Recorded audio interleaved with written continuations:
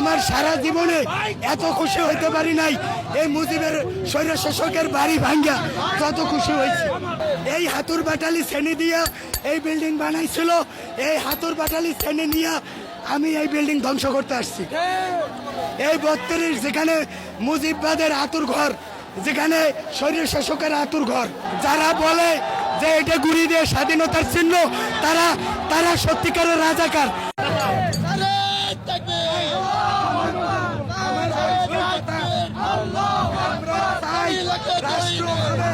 আওয়ামী লীগের আস্তানাগুলি ভাঙ্গে দেওয়া হোক। আমরা চাই রাষ্ট্রীয়ভাবে আওয়ামী লীগের আস্তানা ভাঙ্গে দেওয়া হোক। আমরা আর কত নিজের খাইয়া রাষ্ট্রের কাজ করব? এই নিজের টাকার হাতুর বেটা লাই না আমরা সুযোগ করে দেই।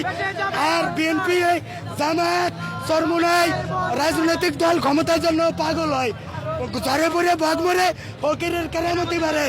এই বৈষম্য বিরোধী ছাত্র জনতা রাজপথ তৈরি করে, খালেদা জিয়া মুক্ত কেসে ঘুরে।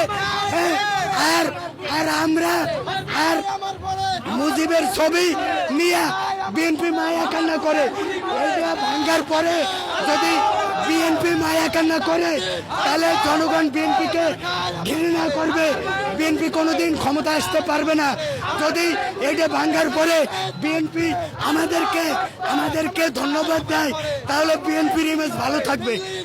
এবং বিএনপি শুধু ধন্যবাদ দিলে হবে না, তারাও যেমন তারেক রহমানকে কষ্ট দিছে, খালেদা জিয়ার বাড়ি ভাঙ্গে দিছে, তারা এখন দিন আসছে হাসিনার আস্তানাগুলি বিএনপি ভাঙ্গে দিক।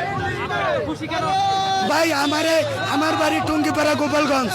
আমারে সে বহুত ভাবে আওয়ামী লীগেরা জ্বালাইছে, পারিবারিক ভাবে, অর্থনৈতিক ভাবে, সামাজিক ভাবে। এই জন্য আমি আমার সারা জীবনে এত খুশি হইতে পারি নাই। এই মুজিবের স্বৈরশাসকের বাড়ি ভাঙ্গা যত খুশি হয়েছে। যে ভাই শেখ হাসিনা তো কর্মসূচি দেয় কেন জানেন? শেখ হাসিনার লোক এখানে আছে, সচিবালয়ে আছে, উপদেষ্টা পরিষদে আছে, পুলিশে আছে, সেনাবাহিনীতে আছে। শেখ হাসিনা মনে করে আমি একা আইছি, তাতে কি? আমার লোকজন তো আছে।